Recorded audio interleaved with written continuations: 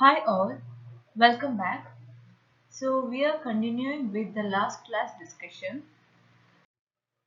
In our last class, we had discussed about the definition of the hospital and the classification of the hospital as primary, secondary and tertiary and also based on clinical and non-clinical basis.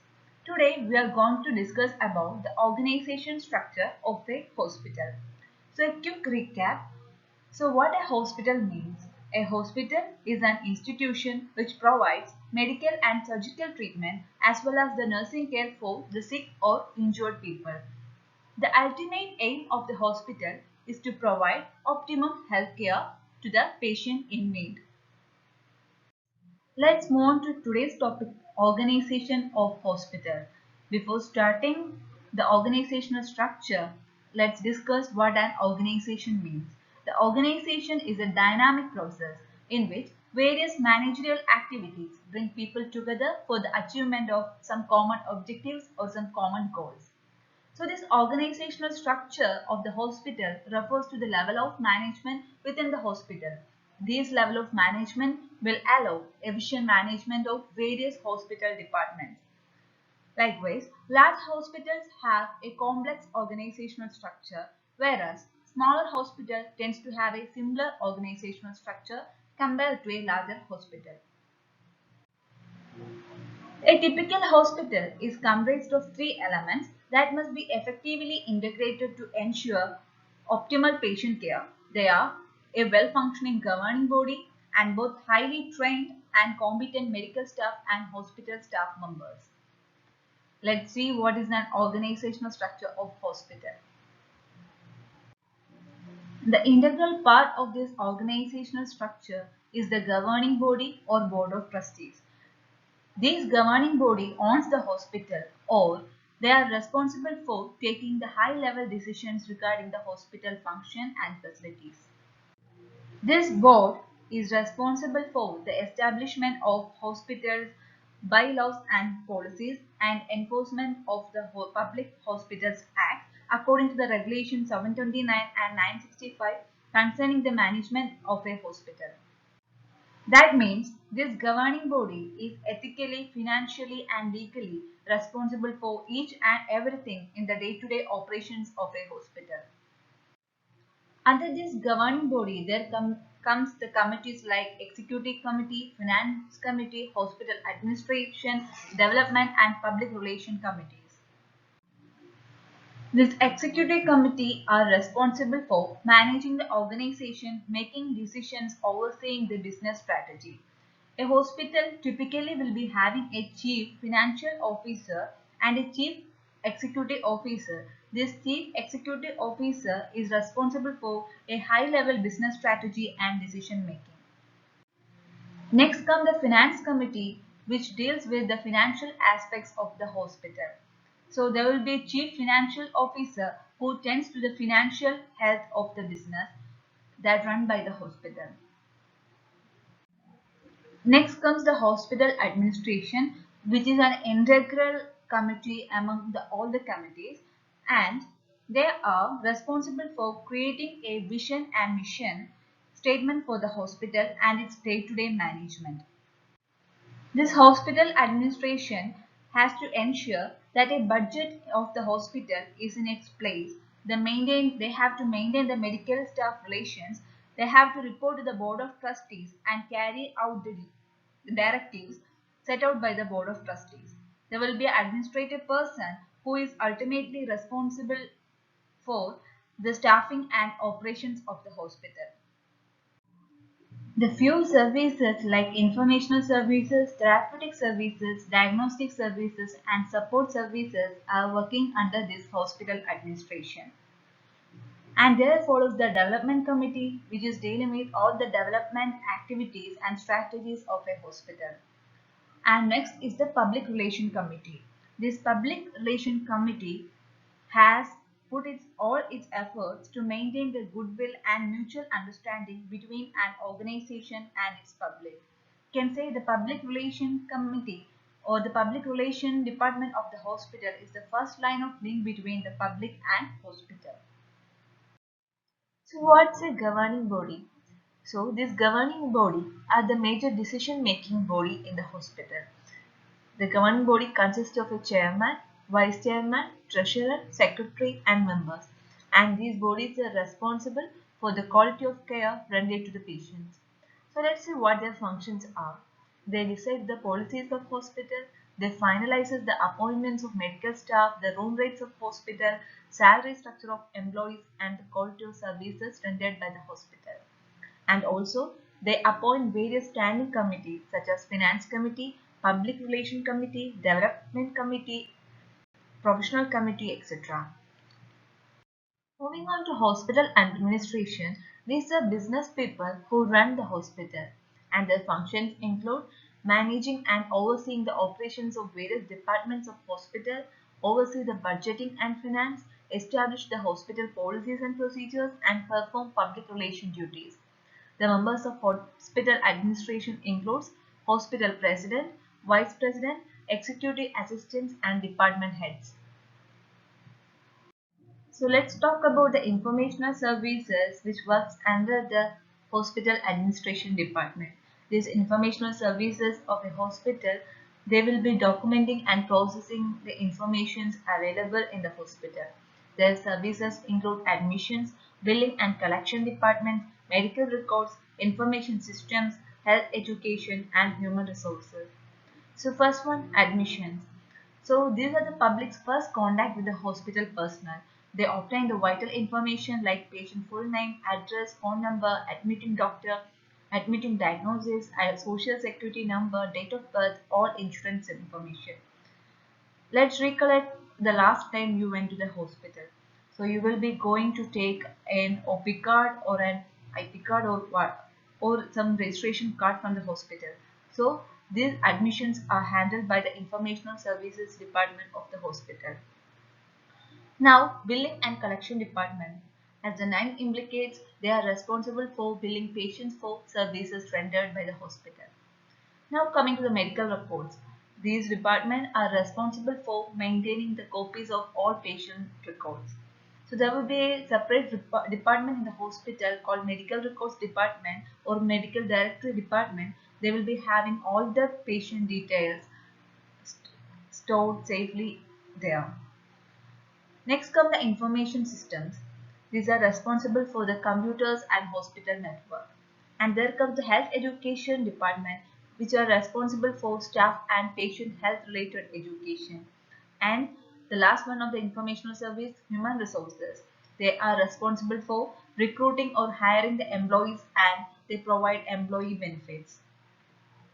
Next one is the therapeutic services. So therapy means treatment. As the name implicates, the therapeutic service means the services or the sections that provide treatment to patients.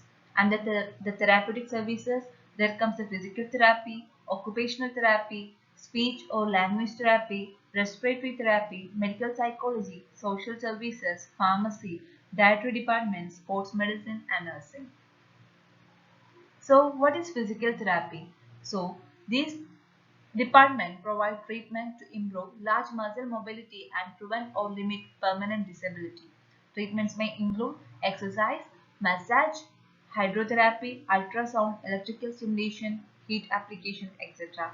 So they will be enabling the patient by improving the mobility of their affected parts of the body. Next come the occupational therapy. So the goal of treatment under the occupational therapy is to help patients regain fine motor skills so that they can function independently at home and work. The treatments include arts and crafts that help with hand-eye coordination, games and recreation to help patients develop balance and coordination, social activities to assist with patients' emotional health. Next one is a speech language therapy. So under this, a patient can identify, evaluate and treat patients with speech and language disorders and also help patients cope with problems created by speech impairments. Next one is the respiratory therapy services. So this department treats patients with lung diseases. Treatment can include oxygen, medications, breathing exercise, etc. The fifth therapeutic services is the medical psychology department. So these departments are concerned with the mental well-being of patients. The treatment like talk therapy, behavior modification, muscle relaxation, medications, group therapy, recreational therapies, these are provided by the medical psychology department. Next one is the social services. These services aid patients by referring them to the community resources for living assistance like housing, medical, mental and financial assistance will be provided by these social services. The social worker specialties include child welfare, geriatrics, family, correctional, etc. Next comes the dietary services, which are responsible for helping patients maintain nutritionally sound diets according to their disease condition and according to their body morphology. Next comes the sports medicine. So, as the name implies, it deals with physical fitness and the treatment and injuries related to sports and exercise. And next one is nursing. So, as you know, the nurses will be providing care for patients as directed by physicians. Many nursing specialties include nurse practitioner, labor and delivery nurse, neonatal nurse, emergency room nurse, nurse midwife, surgical nurse, nurse anesthetist, etc. The last one under the therapeutic service, last but not the least, the pharmacy. So what are the functions or services provided the pharmacy? Though the pharmacy will be dispensing medication per written orders of the physician, dentist, etc. Then provide information on drugs and correct way to use them. And also they will be ensuring the drug compatibility. Next one is the diagnostic services.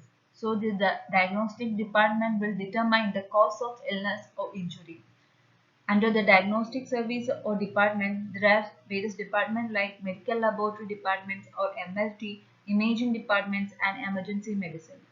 So these medical laboratory technicians or the medical laboratory department, they are studying the body's tissues to determine the abnormalities. Imaging, they will be image the body parts to determine the lesions and abnormalities, and also they include the imaging techniques like diagnostic radiology, MRI, CT scans, ultrasound, etc. Then comes the emergency medicine, which provides emergency diagnosis and treatment for the patients in need. Now see the support services and the hospital administration. So the support service will be providing the support to entire hospital. The departments under this support service include central supply, biomedical technology, housekeeping and maintenance. So let's see what is central supply department doing. So they have the charge of ordering, receiving, stocking and distributing all the equipment and supplies used by the healthcare facility. They will sterilize the instruments and supplies that has to be used in a hospital and also clean and maintain the hospital linen and patient gowns. Next one is the biomedical technology.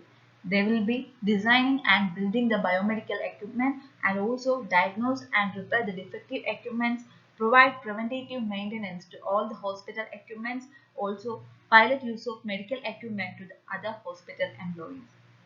And the last, housekeeping and maintenance. So this department work for maintaining a safe and clean environment in the hospital. This department includes the workers like cleaners, electricians, carpenters, gardeners, etc.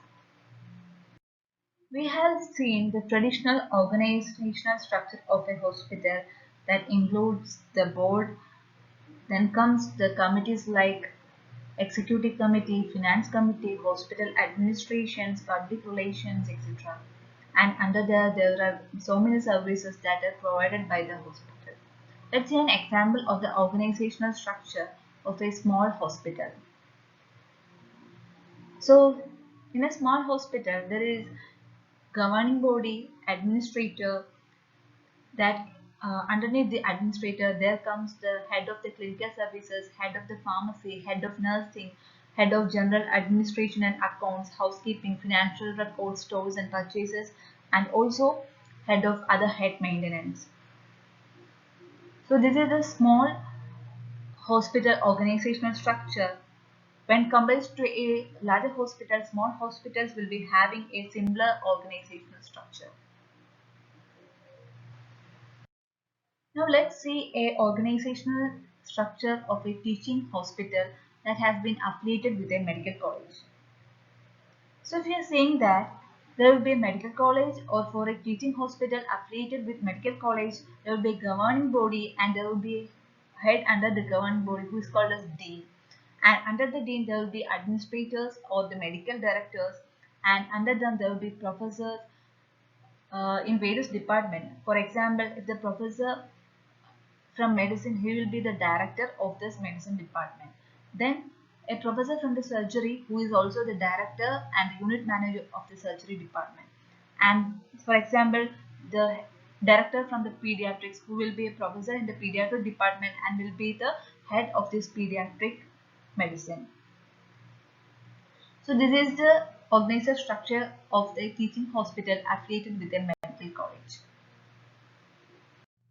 Let's have a quick recap on today's discussion. So what is an organizational structure of the hospital? This organizational structure of the hospital refers to the level of management within the hospital which allow efficient management of various hospital departments. So the first one, or the primary in the organizational structure of the hospital is its board or its governing body, who owns the hospital or responsible for taking high level decisions related to the hospital. Underneath that there comes committees, various committees like executive committee, finance committee, development committee, and public relation committee, and administration committee. Administration committee is the top among these committees, and they are dealing with providing services like information services, therapeutic services, diagnostic services, and support services. It's all for today. We can discuss the medical staff involved in the hospital and their functions on our next class and the next session. So take care and see you. Bye.